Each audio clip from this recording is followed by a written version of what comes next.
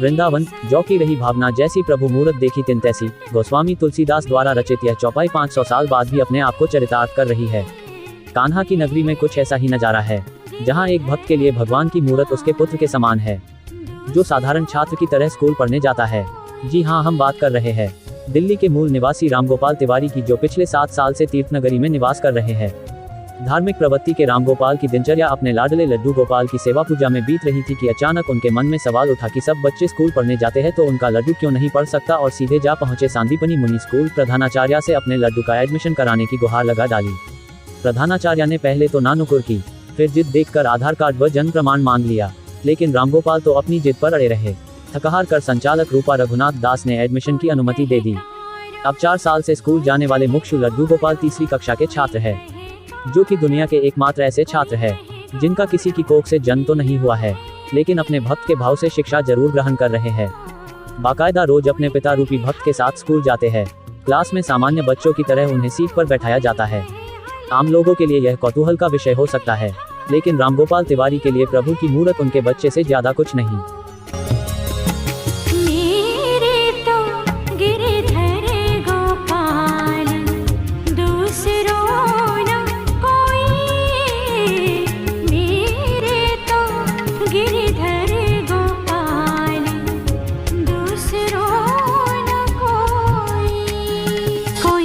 छानी कोई कहे छवनी, कोई कहे छानी, कोई कहे छवनी, लियो है वजनदार हो।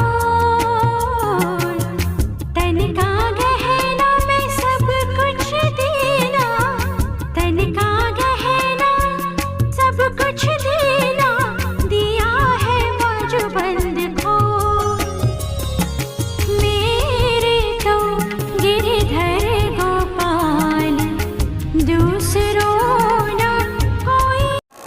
हरे कृष्णा, मेरा नाम दीपिका शर्मा है और मैं यहाँ जूनियर हाई स्कूल की प्रिंसिपल हूँ।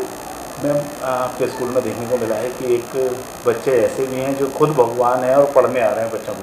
हाँ जी, हमारे भगवान हमारे स्कूल में पढ़ने आते हैं, लेकिन हम उनको एक विद्यार्थी की तरह ही मानते हैं बिल्कुल, और वो एक विद्यार्थी की तरह आते हैं। उनका नाम मुच्चू गोपाल है और उनका एडमिशन आज से 4 साल पहले हुआ था हमारे यहाँ पर, जब उनके पिताजी उनको यहाँ लेकर आए थे। पर उस समय हम लोगों को काफ़ी समस्याएं आई थी, क्योंकि जैसे एक नॉर्मल एडमिशन होता है तो उसके लिए आधार कार्ड की, जाति प्रमाण पत्र की, सभी की आवश्यकताएं होती है। तो हमने यही कहा था कि जाति प्रमाण पत्र कहाँ है, इनका आधार कार्ड कहाँ है, वरना एडमिशन नहीं हो पाएगा। तो उनके पिताजी ने कहा कि अब इसका इंतज़ाम तो आप लोग ही कीजिए।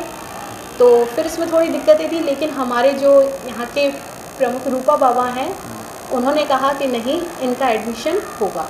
तो एक सामान्य विद्यार्थी की तरह उनका एडमिशन हुआ और प्रेप क्लास में उनका एडमिशन हुआ था। वो वहीं पढ़ते हैं, बिल्कुल विद्यार्थियों के साथ, उनकी क्लास में बीच में बैठते हैं, और जो सारी सुविधाएं हम हमारे विद्यार्थियों को मुहैया कराते हैं तो हमने वो उनको भी दी। ये आने जाने के लिए कन्वेंस देना, उनको प्रसादम, सभी जैसे बच्चों को सब मिलता है यहाँ पे। स्टेशनरी हमारे यहाँ से बच्चों को सब फ्री मिलती है, यूनिफॉर्म वगैरह सभी चीज़ें हमने हमारे जो मुच्चू गोपाल हैं उनको मुहैया करवाई है। स्कूल बैग और सारी ड्रेसेस के साथ में आते हैं? जी जी जी, वो पूरे यूनिफॉर्म में भी आते हैं यहाँ पर। हाँ जी, अपनी वाटर बॉटल के साथ ही आते हैं। लेकिन क्लास नहीं बढ़ रही? नहीं, क्लास उनकी बढ़ रही है। अभी वो 3rd क्लास में है, लेकिन उनको पसंद है कि वो गोपियों के बीच में वहीं बैठे, छोटे बच्चों के बीच में उनको बिठाया वहीं जाता है। इस साल तो उनके 3rd क्लास के ही एग्ज़ाम होंगे। बाल स्वरूप है इसलिए? जी, बाल स्वरूप है इसीलिए। तो एग्ज़ाम कौन देगा? एग्ज़ाम वही देंगे। उनको जैसे तैयारी करवाई जाती है, एग्ज़ाम की प्रिपरेशन जैसे नॉर्मल जैसे विद्यार्थी और पढ़ते हैं ऐसे ही वो पढ़ते हैं, तो एग्ज़ाम भी देंगे।